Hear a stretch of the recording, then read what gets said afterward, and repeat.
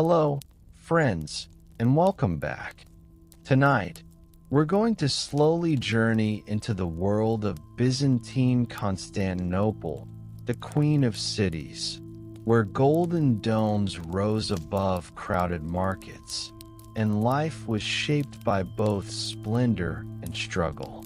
Over the next couple of hours, we'll imagine what a single day might have been like for the ordinary people who lived within its mighty walls. Their work, their fears, their rituals, and the fragile rhythms that guided their survival. Before you get comfortable and let your mind drift into this ancient world, I'd love it if you could take a gentle moment to like this video and subscribe. Only if these calm stories of the past bring you peace. And in the comments, let me know where you're tuning in from and what time it is for you. It's always so wonderful to see our little community listening together from all corners of the world, quietly sharing these stories across space and time. So, settle in, take a slow breath, and let us step softly into the land of the Nile, where each sunrise and sunset tells a story of life, survival, and human resilience. The day in Constantinople begins not with peace, but with the layered sounds of the Queen of Cities awakening. Before the sun has risen high enough to glimmer against the domes of Hagia Sophia, the narrow streets echo with clattering footsteps, merchants dragging carts, and the murmur of voices speaking in dozens of tongues. You awaken in a small, crowded home, its walls damp from the nearby sea air, the floor uneven stone or packed earth beneath a thin mat. The air smells faintly of smoke from cook fires and salt drifting in from the Bosporus.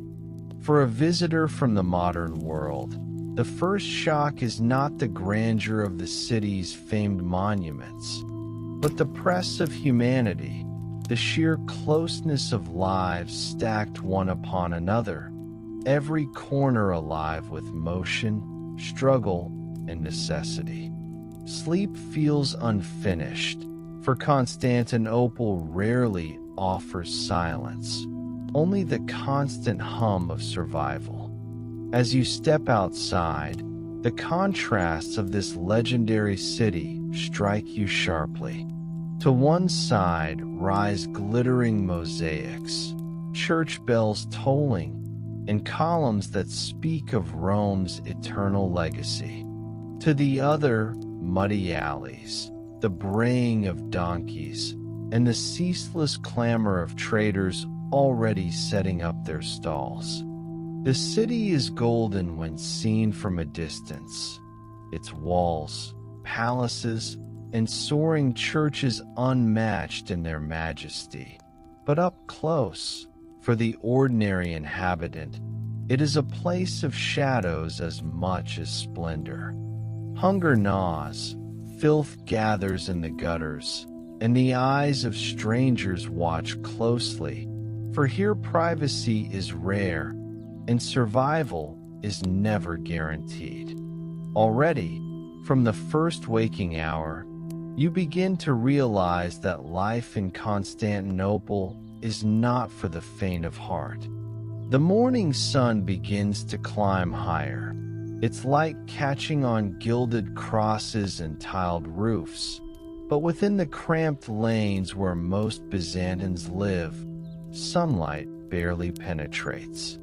The streets twist and bend, so narrow in places that two carts cannot pass side by side.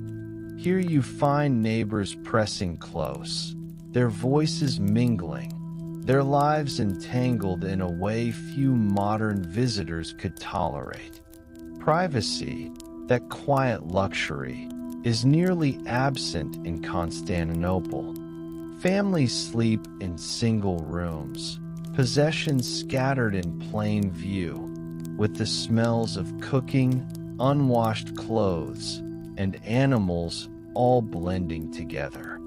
In the great palaces, of course, the air is perfumed with incense and sweet oils, but for ordinary people, the first breath of each day carries the city's harsher scents. Fish from the harbor, refuse left too long, and humanity packed into its walls. To live here is to surrender to the constant press of others, a reality that grates against modern sensibilities, yet formed the unshakable rhythm of Byzantine life. Even in those early hours, the hum of Constantinople is restless. Street criers shout the price of bread and fish. A water carrier balances heavy skins across his back, his bare feet slapping against the stones. Artisans hammer, saw, and stitch before the heat of day grows unbearable. This is no gentle dawn. It is a working dawn, driven by necessity and the threat of hunger. Bread riots were not uncommon here, for the city depended on grain shipments, and when those faltered, so did patience. To wake in Constantinople is to wake into uncertainty, with food, work, and survival never assured. The glamour of golden mosaics seems far away when your first thought is whether you will eat. The noise is constant, voices layered like 1,000 competing melodies, and within it all you sense the fragility of life in this ancient capital. Step further into the streets, and you begin to see how Constantinople's size overwhelms the senses. 500,000 people call this city home, a staggering population for its age. You brush shoulders with sailors from distant ports, with Persians, Arabs, Armenians, Slavs, and traders from the far west, their accents and clothing marking them as outsiders even as they become part of the city's ceaseless flow. For the modern visitor, the sheer variety of faces and tongues would be astonishing, yet for a Byzantine citizen, it is a simple fact of life. Constantinople is the center of the world, where East meets West, and where survival demands one accept both diversity and division. Suspicion simmers just beneath the surface, for these strangers are competitors, sometimes allies, sometimes threats.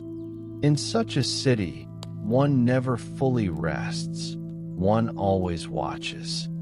The city's architecture itself reminds you that you are but a small part of something vast. Towering above you are remnants of Roman grandeur, arches, columns, and statues, some worn nearly featureless, others gleaming as if newly placed. The hippodrome looms with its stone seats, silent now, but capable of roaring with the voices of tens of thousands. Hagia Sophia, even from afar, commands awe, its great dome floating impossibly, a monument to both faith and imperial will. Yet if you turn your eyes downward, away from these heights, you are met again with muddy shoes, littered alleyways, and the weary faces of common folk. Constantinople is a city of dizzying contrasts, where glory and grime coexist at every corner. To live here is to be reminded constantly of both humanity's highest ambitions and its lowest struggles. The first errands of the day pull you into the markets, and here the noise swells to a near-deafening chorus. Stalls overflow with goods, figs and olives, fish still wet from the Marmara, bolts of cloth in every shade, spices that sting the air with their sharpness. The merchants call out endlessly, voices rising and overlapping until the entire square feels alive with urgency.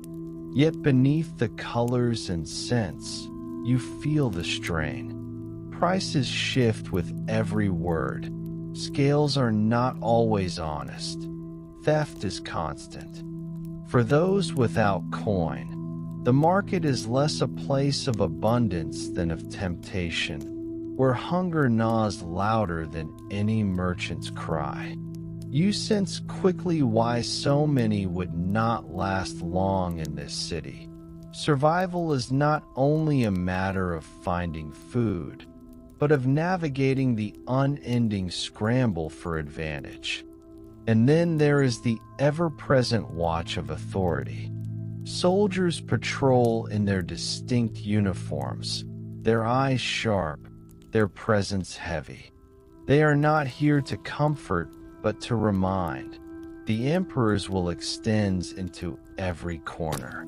Taxes must be paid, order must be kept, and obedience must be shown. Even in the earliest hours, their presence is unavoidable, a quiet threat beneath the bustle. To the foreigner, their watchful silence might feel oppressive. To the Byzantine citizen, it is merely life. Yet one misstep, one offense, one debt unpaid, and the weight of the state would fall hard. In this city, survival is not only about food and shelter, but about avoiding the invisible snares of authority. As the sun grows higher, you notice how quickly fatigue sets in. The streets are uneven, the crowds pressing, the smells both intoxicating and overwhelming. There is no gentle space to retreat, no clean bench to sit upon, no silence to gather your thoughts. Even home offers little respite, for rooms are shared, walls are thin, and life is lived in close quarters. A day in Constantinople requires a stamina that modern comforts rarely prepare one for. Hunger, noise, and vigilance gnaw at you long before the day has reached its peak. It is no wonder that the city is spoken of in both reverence and weariness, for its beauty is as heavy as its burdens. And so, by the time morning has only just turned to noon, you already feel the weight of this golden yet shadowed city pressing against you. The grandeur that once dazzled from afar now feels like a cloak too heavy to wear. Every corner demands attention. Every sound pulls at your senses. Every glance carries risk. To live here is to live on edge, in awe and in exhaustion. Constantinople does not grant peace to its inhabitants. It demands resilience, sharpness, and surrender to its relentless rhythm. And for the outsider, newly arrived, survival feels less like living and more like enduring. From the very first moment of waking to the endless hum of its streets. In Constantinople, survival was never guaranteed, and nowhere was this more apparent than in the search for the most basic necessities, bread and water. For all its grandeur, the city was perpetually hungry. Grain had to be shipped in from faraway fields, and without it, life within the walls quickly became desperate. Each morning, crowds gathered at bakeries, clutching small coins, hoping the supply would last long enough for their turn. The bread they received was coarse, dark, and heavy, a far cry from the soft loaves of modern life. It filled the stomach more than it pleased the tongue. Yet in a city of 500,000, even such humble sustenance was precious. The people of Constantinople knew that when bread ran short, tempers flared, riots erupted, and lives were lost. The reliance on distant grain shipments meant that every household lived under the shadow of uncertainty. Ships from Egypt once filled the harbors, bringing wheat that fed the capital. But when politics shifted, or storms swept across the seas, or enemies disrupted trade, the lifeline thinned. The city's survival could hinge on the arrival of a fleet, the favor of an emperor, or the mercy of the weather. For the ordinary person, this meant waking each day with an anxious glance toward the marketplace, never knowing whether today's bread would be affordable or available at all. To live in Constantinople was to live with the constant reminder that hunger was only ever a missed shipment away. Water, too, was a daily concern, though Constantinople's aqueducts and cisterns were marvels of engineering. These systems carried and stored vast amounts of water, feeding fountains across the city. Yet the abundance was uneven. Those near the grander quarters, or close to well-maintained cisterns, enjoyed cleaner access. For those in poorer districts, water often had to be fetched from public fountains or purchased from water carriers who lugged heavy skins through the streets. The water was not always pure, and sickness spread easily when wells grew foul or cisterns were neglected. To fetch water each day was a labor, sometimes an argument, often a test of patience. The luxury of turning a tap, of expecting clean water to flow without effort, was unimaginable. In Constantinople, every sip carried the weight of work and worry. The lines at bakeries and fountains were not just places of necessity. They were also places of tension. Crowds pressed close, shoulders bumped, and voices rose. Everyone knew the city's fragility. Too little bread, and the whispers of discontent grew louder. Too long a wait for water, and tempers boiled over. The government understood this well. Emperors who failed to feed the city often faced unrest, even rebellion. The state distributed bread when possible, seeking to quiet the masses. But generosity was fickle, tied to politics, and when supplies ran thin, it was the poor who suffered first.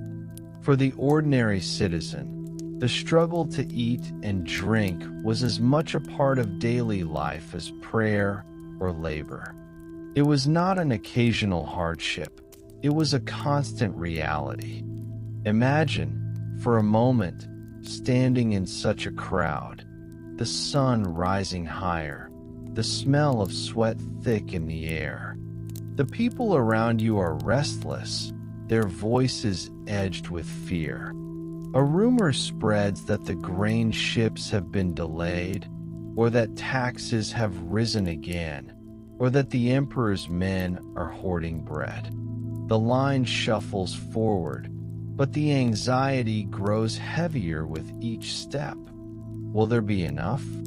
Will your coin stretch far enough? The city is magnificent, yes, with its gilded domes and painted mosaics. But in this moment, you realize that magnificence cannot be eaten. Beauty does not fill the stomach, and when hunger gnaws, splendor feels like a cruel reminder of what lies just out of reach. The taste of Byzantine bread itself tells the story of survival. It was dense, often gritty with bits of husk, baked in communal ovens that filled the streets with the smell of smoke and scorched grain. Eating it was not a pleasure, but a necessity, a way to keep strength for the day's labor. Sometimes it was dipped in thin broth or eaten with olives, but often it was swallowed dry, washed down with water that might itself carry sickness. Meat was rare for the poor, fish more common but still not guaranteed, and fruit or vegetables depended on the season. Meals were simple, repetitive, and often unsatisfying. For the modern traveler, accustomed to variety and abundance, this monotony would quickly wear thin. In Constantinople, food was fuel, not joy, and scarcity made every bite uncertain. Even those with some means were not immune to the city's hardships. Inflation could erode the value of coins overnight, leaving once comfortable households scrambling for provisions. Corruption among officials could divert supplies to black markets, where prices soared beyond reach. Famine did not discriminate, though it always struck the poor first and hardest. During sieges, when the city's walls closed against enemies, food dwindled to desperate rations. Stories tell of people boiling leather, eating grass, even resorting to darker measures in their fight to survive. Constantinople may have been the queen of cities, but hunger was a great equalizer, reminding all that even within mighty walls, the stomach remained vulnerable. For children, the struggle was especially sharp. Malnutrition was common, sickness spread quickly in crowded districts, and the cries of hungry infants were part of the city's daily soundscape. Parents stretched meager portions, sometimes going without themselves, hoping to keep their little ones alive. Bread became not just food, but a symbol of hope, of love, of the desperate desire to see another day. In Constantinople, a loaf of bread could mean the difference between riot and peace, between despair and endurance. The struggle for sustenance was woven into the very fabric of family life, shaping memories, prayers, and fears alike. And always, hovering above these struggles, was the knowledge that survival was conditional. It depended on ships, on weather, on rulers, on forces far beyond the control of ordinary citizens. The grandeur of Constantinople dazzled the world, but within its walls, life was lived from loaf to loaf, from sip to sip, from day to day.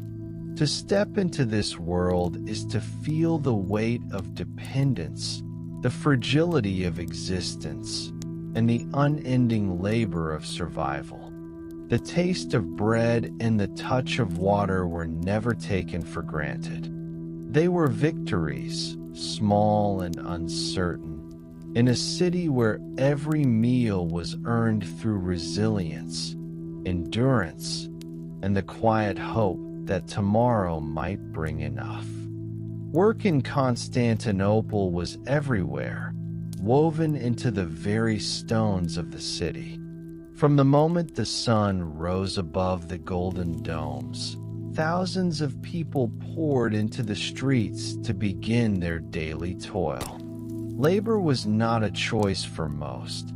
It was survival, a never-ending cycle of sweat, fatigue, and repetition. Imagine waking to the sound of merchants setting up their stalls, the clang of hammers echoing from workshops, and the cries of porters offering their strength for hire. For the poor, the body itself was the only tool they owned. and the streets of Constantinople demanded its use.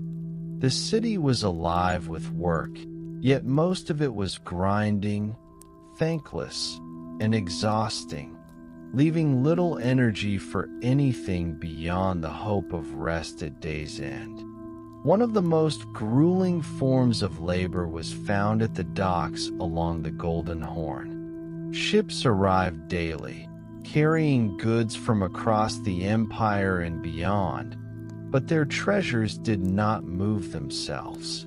Dock workers, often barefoot, half-fed, and permanently bent from the strain, hauled sacks of grain, amphorae of oil, and crates of goods onto waiting carts. Their muscles strained under loads that could crush a weaker man, and injuries were common. A slip on the wet timbers, a rope snapping under pressure, or a load too heavy to balance could maim for life. There was no safety net, no workers' protection, only the endless expectation that someone else would take your place if you fell. The docks smelled of salt, sweat, and fish, a place where the empire's wealth flowed in, but rarely flowed back to those who carried it. Beyond the docks, the streets themselves were full of laborers. Porters dragged goods from one quarter to another, artisans hammered in cramped workshops, and apprentices hurried to fetch tools or carry messages. Blacksmiths bent over their forges, the air hot with sparks, while potters shaped clay into vessels destined for kitchens across the city. Bakers sweated in front of their ovens long before dawn, ensuring bread was ready for the morning crowds. Every trade had its rhythm, its burdens, and its dangers. For apprentices, labor was as much endurance as learning, a trial by exhaustion before one might claim the title of master. Yet few rose so high. Most remained in the shadows, doing the hardest tasks for the smallest reward, their hands scarred and their backs bent by years of ceaseless effort. Women, too, bore their share of toil, though their labor was often hidden within the walls of homes or cloisters. They spun wool, wove cloth, baked, carried water, raised children, and nursed the sick. Some worked openly as vendors in the marketplace, selling vegetables, fish, or woven goods, their voices carrying above the din of the crowd. For poorer women, survival meant taking whatever work was available, whether as laundresses scrubbing clothes raw against stones, or as domestic servants in the homes of the wealthy. These tasks rarely offered freedom, only endless repetition. The myth of leisure, of gentle afternoons spent in quiet reflection, belonged only to the privileged few. For the vast majority, labor consumed every waking hour, and even in dreams, the ache of tired limbs lingered. Seasonal labor added another layer of hardship. In times of construction, thousands of hands were summoned to carry stone, lift timber, and pave roads. Building projects for emperors or churches demanded immense human effort.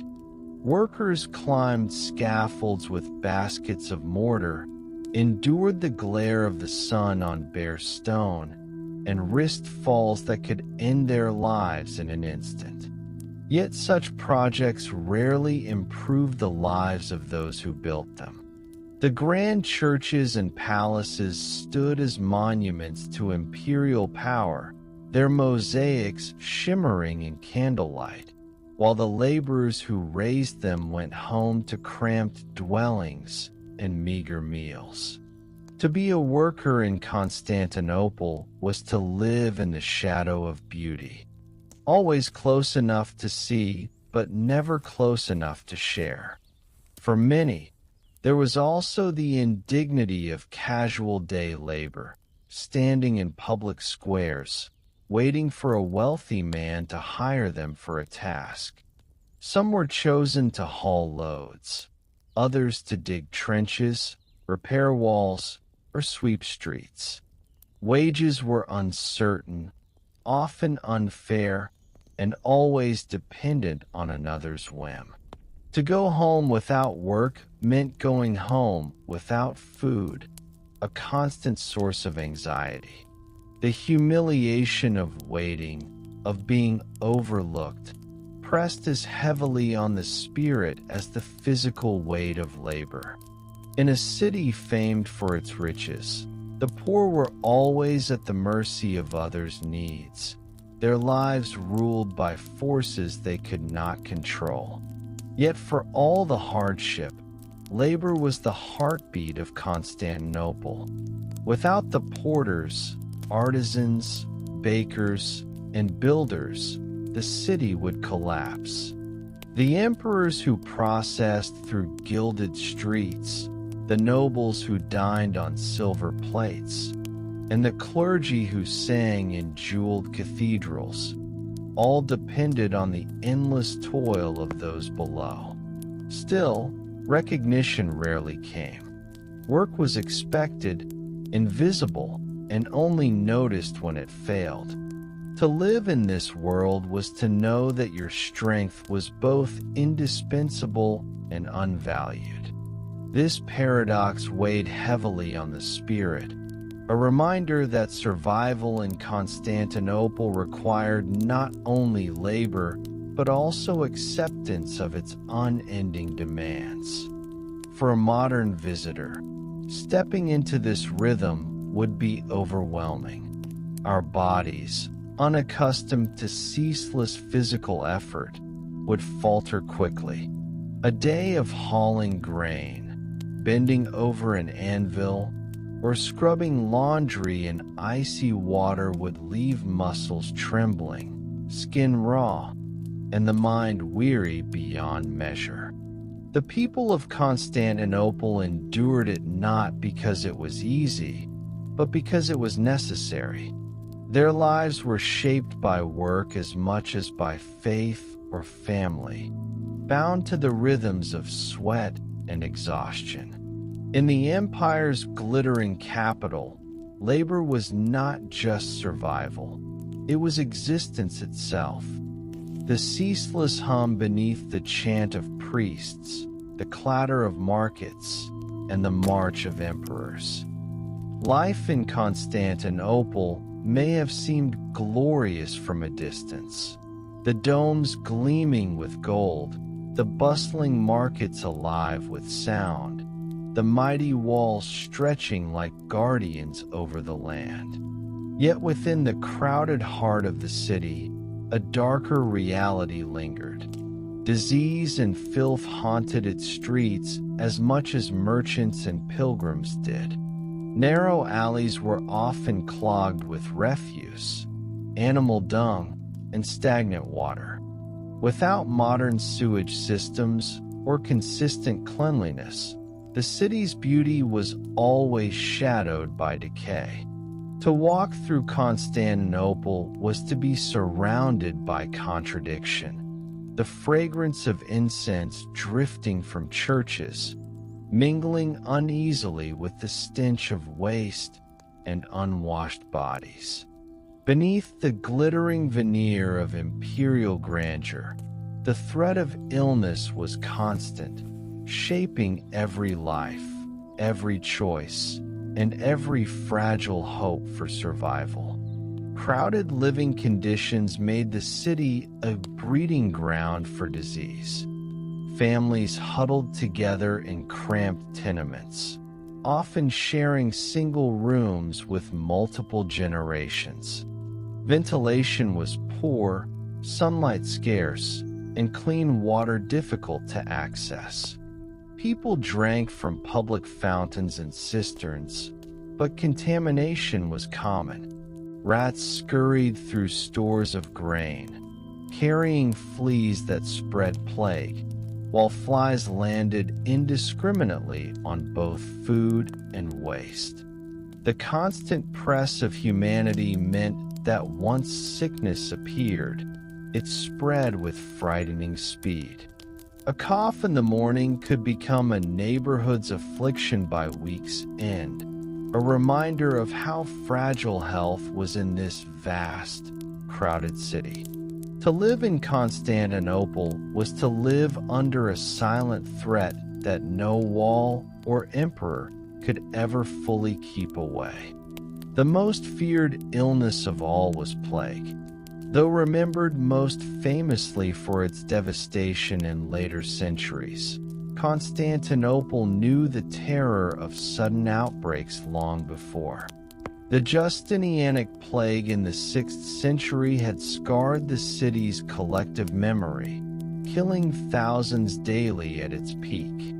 Bodies piled in streets, carts of the dead rolled to mass graves, and fear turned the once busy markets into ghostly silence. Even centuries later, outbreaks continued to haunt the city, whispered about in fearful tones whenever rats grew too numerous or rumors of disease drifted from abroad. For the common person, plague was not an abstract idea, but a living nightmare, capable of sweeping away entire families without warning. To survive such a city required not just strength, but luck, a constant gamble against forces invisible to the eye. Even without plague, daily life carried countless hazards.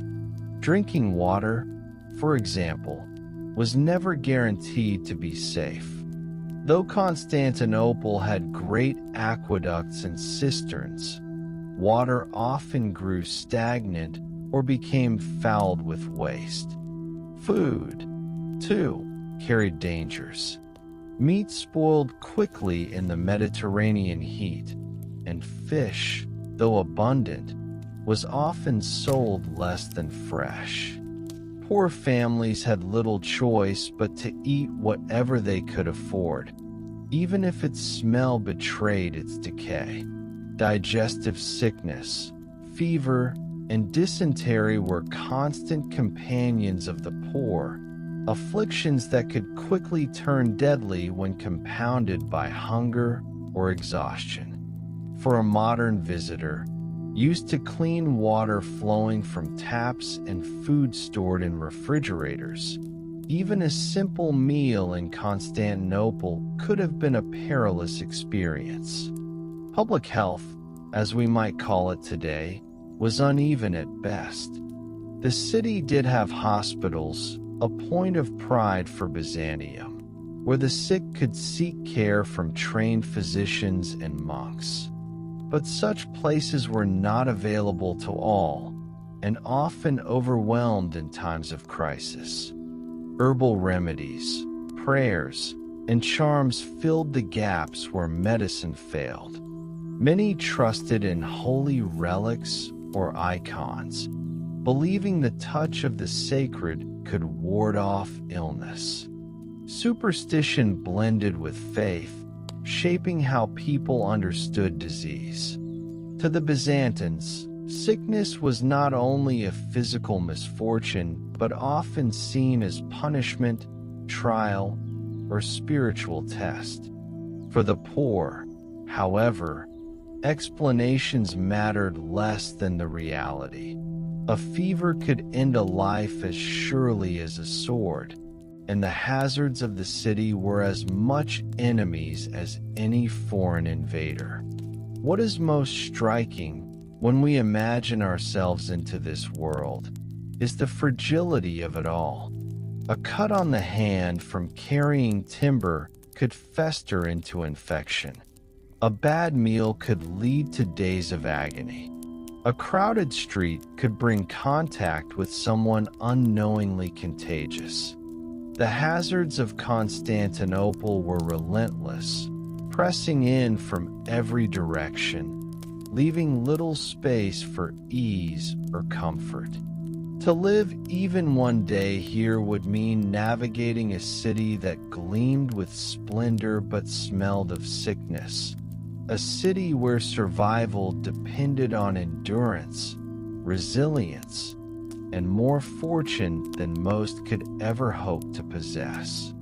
For us, unprepared for such conditions, a single day might prove unbearable.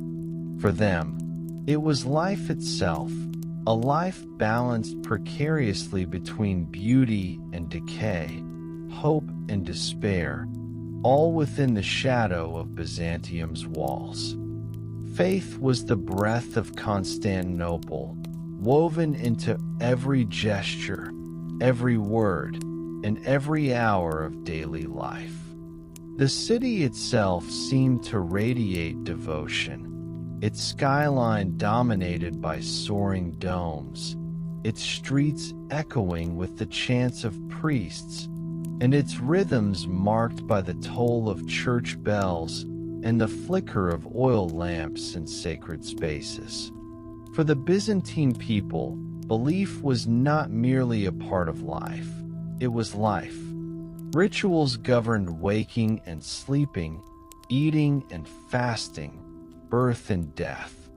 In a city teeming with uncertainty, disease, hunger, toil, and war, faith offered an anchor. It gave shape to fear, hope to struggle, and meaning to suffering. To step into Constantinople, even for a single day, was to step into a world saturated with ritual and a devotion so complete it may overwhelm the modern mind. Morning often began not with work, but with prayer. In homes across the city, families crossed themselves before small icons, painted wooden images of Christ, the Virgin, or a saint. These icons were more than decoration. They were windows into the divine, believed to bridge earth and heaven. A flicker of the oil lamp before them, the scent of incense, the murmur of whispered prayers. These were the foundations of a Byzantine morning. Churches, too, filled with life before dawn. Monks sang the first hymns of the day, their voices rising like mist in the cool air, while lay people slipped inside to light candles and ask for blessings before their labor began. For those in Constantinople, each day was inseparable from devotion, each breath taken in the presence of the divine. But faith was not confined to the quiet of homes or the stillness of churches. It spilled into the streets, marking the calendar with processions, feasts, and fasts. Great celebrations transformed the city, filling avenues with the sound of chanting and the glitter of gilded icons carried high on poles. During the feast of a saint, or in honor of the Virgin Mary, Constantinople became a living prayer. Crowds surged forward to touch relics, hoping for healing or protection. Markets closed, streets filled, and the city swayed in rhythm with holy song. Even emperors joined these rituals, for political power and religious devotion were deeply entwined. The emperor was not only ruler but God's chosen, a living symbol of divine order, and his presence in processions reminded all that the empire itself was bound to faith. Fasting, too, shaped the Byzantine rhythm of life. The church calendar demanded periods of abstinence from meat, dairy, and often oil, reminders that spiritual discipline mattered as much as physical strength. For the poor, fasting was often little different from their daily scarcity, but even the wealthy adhered to its demands. To break a fast improperly was to risk the soul, and so kitchens across the city adapted their meals to reflect holy requirements. Lent, Advent, and other fasting seasons turned Constantinople's tables into modest spreads of lentils, vegetables, and bread, reminding all of the humility demanded by faith. These rhythms gave structure to time itself, carving the year into seasons of celebration and restraint, joy and solemn reflection. Superstition blended easily with faith, filling the gaps where fear grew strongest. Amulets were worn to ward off the evil eye, prayers were whispered against misfortune, and charms were tucked into clothing or homes for protection. Illness was not only treated with herbs, but with blessings. Travelers sought holy water before journeys. Mothers traced the sign of the cross over their children's brows before sleep.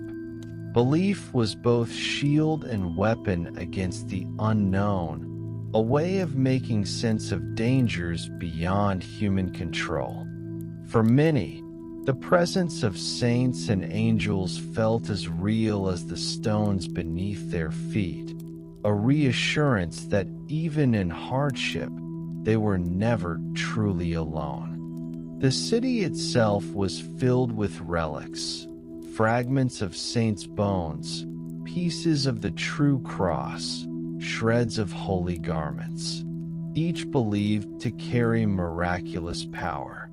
Pilgrims from across the empire traveled to Constantinople to see these treasures, kneeling in awe before reliquaries that shimmered with gold and jewels. To touch such a relic was to touch heaven itself, to bridge the gap between mortal suffering and eternal promise. For the Byzantine people, these objects were not symbols, but living presences, tangible reminders that the divine moved constantly through their world. For a modern visitor, unaccustomed to such intensity, this devotion might feel overwhelming, but for them, it was the heartbeat of life itself. Perhaps most profound of all was the role of ritual in death.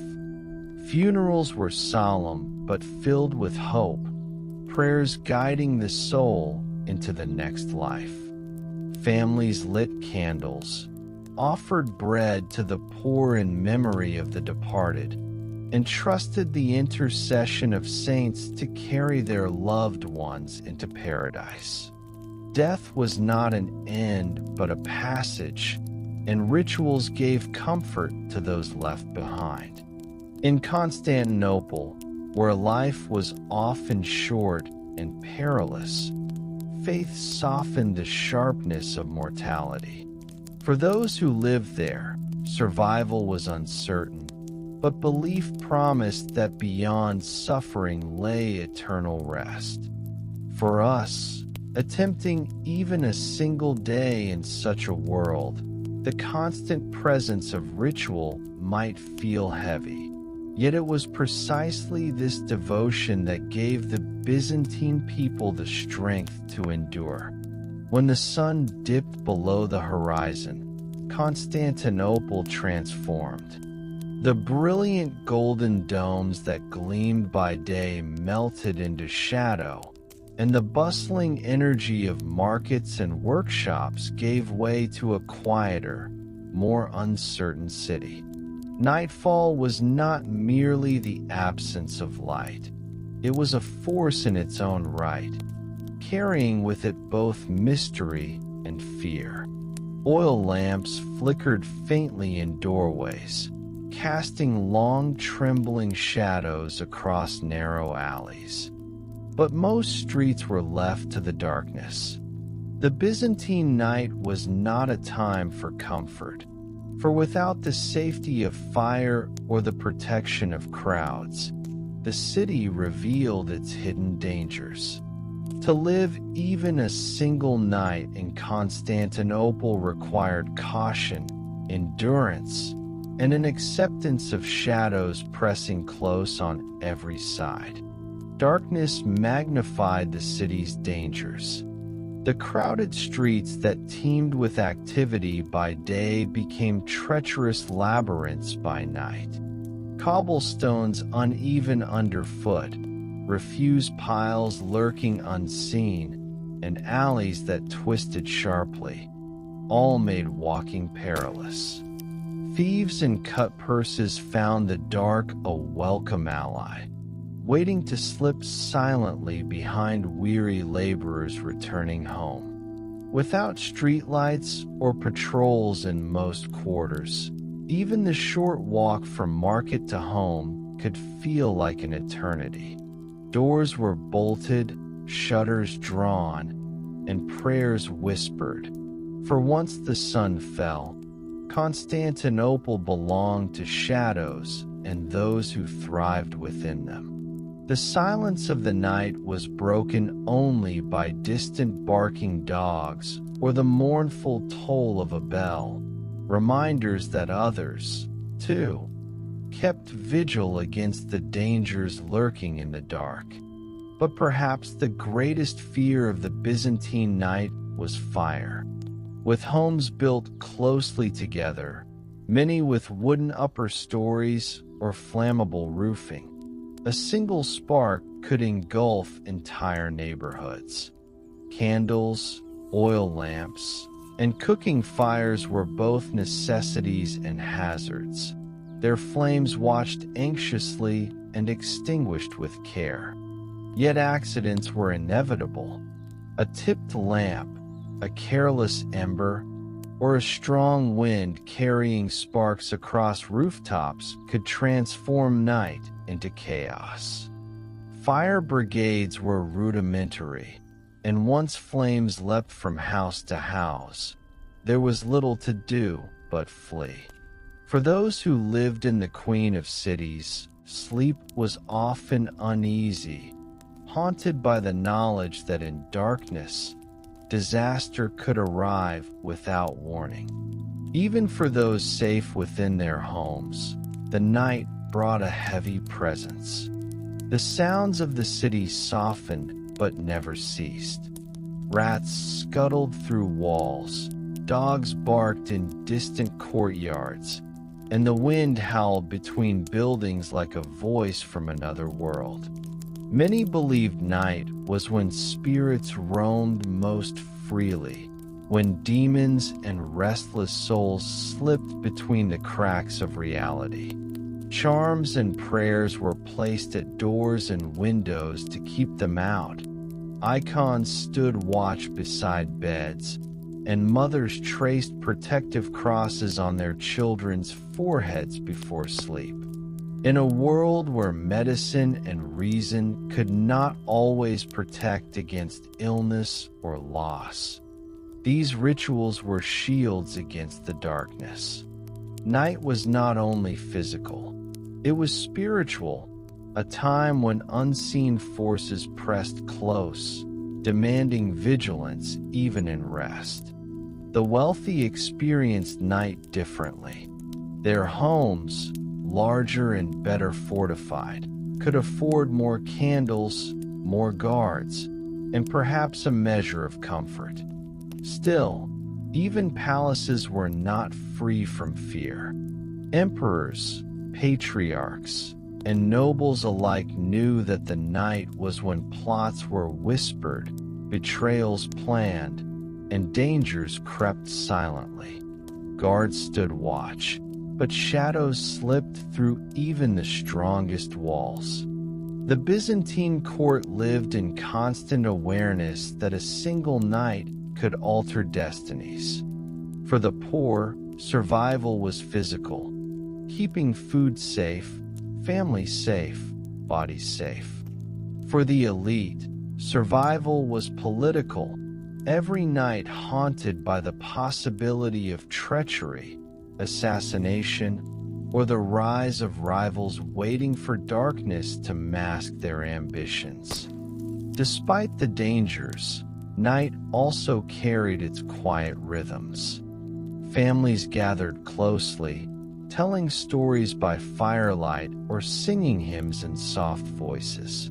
Sleep, when it came, was fragile but precious, a brief escape from the labors of day and the fears of night. Some rose again in the darkness to pray, marking the hours with devotion, while others dreamed fitfully of work unfinished or debts unpaid. In monasteries scattered across the city, monks chanted vigils, their voices rising in solemn harmony, while the rest of Constantinople lay in uneasy silence. For them, night was not fear but sacredness, a time to draw nearer to the divine, while others trembled in shadow. This mixture of fear and holiness gave the Byzantine night its strange duality, at once dangerous and profoundly spiritual. For us, accustomed to electric light, locked doors, and the hum of machines that banish silence, the Byzantine night would be almost unbearable. To step into such darkness, thick and absolute, would feel alien. To hear every creak of timber as a threat, every rustle in the street as a predator, would leave sleep elusive. To know that fire, thieves, or sickness might come with no warning in the small hours would fray the nerves. Yet for the people of Constantinople, this was life.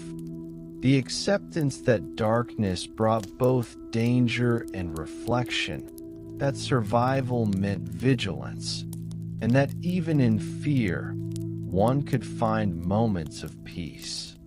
Nightfall in the Queen of Cities was a reminder of human fragility, a space where the boundary between safety and peril was as thin as the flame of a single trembling lamp.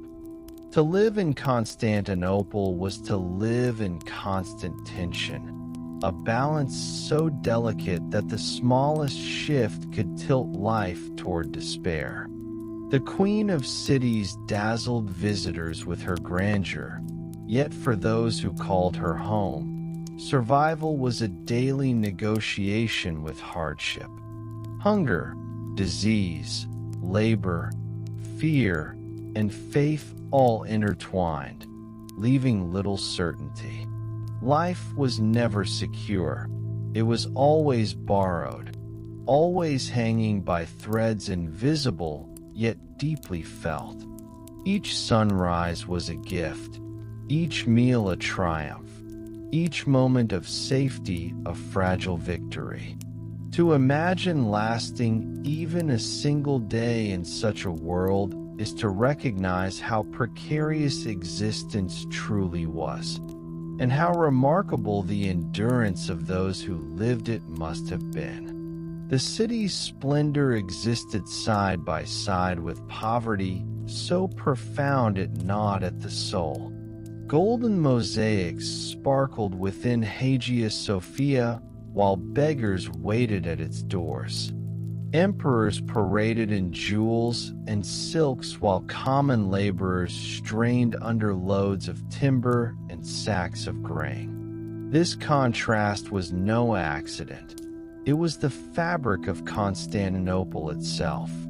Wealth and want were bound together.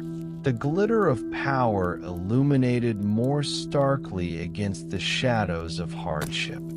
For the poor, this imbalance was more than injustice. It was the daily reality that survival meant enduring hunger, toil, and indignity in the shadow of riches they would never touch. In such a world, despair was always near. Yet so too was the stubborn determination to continue. Survival meant adaptation. Those who endured learned how to stretch a crust of bread into a meal, how to mend clothes until they were more patch than fabric, how to navigate streets both dangerous and necessary. Families relied on each other, on neighbors, on faith, building fragile networks of resilience against the city's weight. A loaf of bread shared, a prayer whispered, a small kindness in the marketplace. These moments were threads holding people together when the greater machinery of empire cared little for their lives. In a city that demanded so much, survival depended not only on the body but on the bonds between souls. A truth as real in Byzantium as in any age. Yet despair was never far, and for many, it was impossible to escape. A single misfortune, a broken bone, a failed harvest, a stolen wage, could unravel everything. With little protection for the poor, missteps often became ruin, and ruin could become death. Children were left to beg in the streets. Widows sought the mercy of monasteries, and whole families vanished into the city's endless churn. The walls of Constantinople could protect against foreign armies, but they could not shield its people from hunger, sickness, or neglect. This fragility gave life a sharp edge. To live was to endure, but also to accept that survival was never guaranteed, never stable, always vulnerable to forces beyond control. Still, within this fragility, the Byzantines found meaning. Faith transformed suffering into purpose. Rituals made sense of chaos, and beauty offered glimpses of eternity even in hardship. The chant of monks at midnight, the shimmer of candlelight on gold mosaics, the touch of a relic believed to carry healing power. All of these gave people strength to continue. Survival was never just physical. It was spiritual, rooted in the conviction that suffering could be endured, that every struggle carried significance, and that beyond the hardships of this life lay a promise of eternal rest. For those of us imagining ourselves there, this unwavering faith may feel distant, but for them, it was the most powerful survival tool of all. To survive in Byzantium was to walk a line between despair and resilience, shadow and light. Every danger threatened collapse, yet every moment carried within it the possibility of endurance. The city's people did not survive because life was easy, but because they chose to persist in spite of it all. Their stories are reminders that survival is never guaranteed, yet always sought, always fought for, always carried in fragile hands. For us, unaccustomed to such hardship, the idea of lasting even a single day seems overwhelming. Yet for them, survival was the rhythm of life itself, a rhythm as steady as the lapping waves against the city's shores, as enduring as the walls that guarded its heart. As we close our journey through Constantinople, let us carry this reflection softly with us.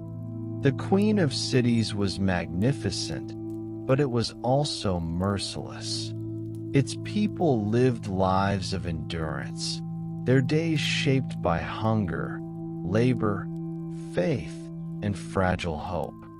For us, to imagine surviving in that world even briefly is to glimpse the resilience of the human spirit, tested endlessly yet never fully extinguished. Tonight, as we let the echoes of this ancient city fade into quiet, may we rest with a deeper sense of gratitude for safety, for comfort, and for the enduring strength of those who came before us.